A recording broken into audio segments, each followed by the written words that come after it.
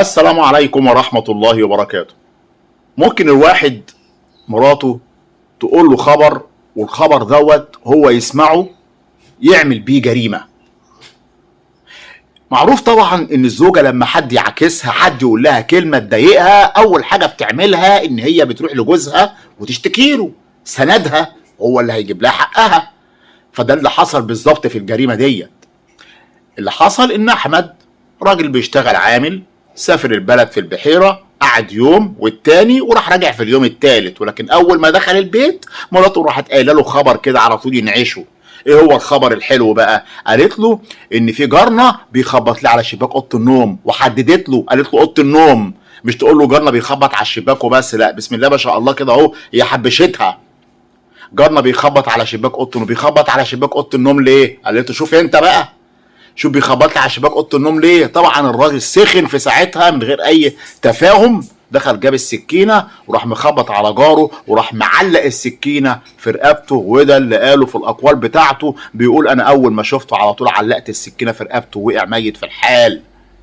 ليه؟ علشان مراتي بتستنجد بيا وانا مش راجل ولا ايه؟ ده برضو اقواله. وانا مش راجل، هو الشنب ده مش على راجل؟ بسم الله ما شاء الله. خلي الشنب بتاعك بقى ينفعك يا حبيب قلبي، الشنب خليه متعلق على راجل، بدل ما انت تخبط عليه وتستفهم منه، بدل ما تشوف يمكن يكون عيل صغير اللي خبط على الشباك، ولو هو يا عم اللي خبط على الشباك، وفرضا ان هو راجل مش كويس ومش محترم وخبط على الشباك، استفهم واعرف، خد حقك بطريقه تانية، 100 طريقه تاخد بيها حقوقك. تقعد جلسه عرفيه، تتكلموا، اتخانق معاه يا عم، اشتموا، لكن انك انت على طول التعامل بتاعك يكون بالسلاح الابيض وبالسكاكين، وما تخليش المعامله بتاعتنا يا جماعه تكون بالسلاح الابيض.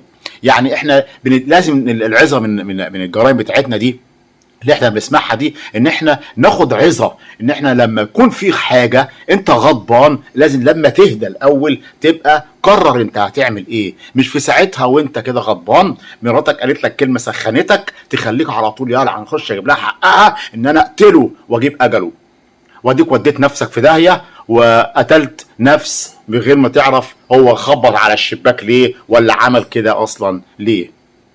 وطبعا اتقبض عليه واتحكم عليه واتحبس 4 ايام على ذمه التحقيق، والقضيه ما زالت طبعا في النيابه العامه. ويعني هو اخرته هيكون ايه؟ اخرته طبعا هيكون الاعدام. ليه؟ عشان خاطر سمع كلام مراته وسخنته وقالت له اعمل وسوي، خبط على اوضه النوم وحبشت له الموضوع وسخنته وخلته ارتكب الجريمه. بشكركم جدا، بتمنى من حضراتكم الاشتراك في القناه وتفعيل زر الجرس، والسلام عليكم ورحمه الله تعالى وبركاته.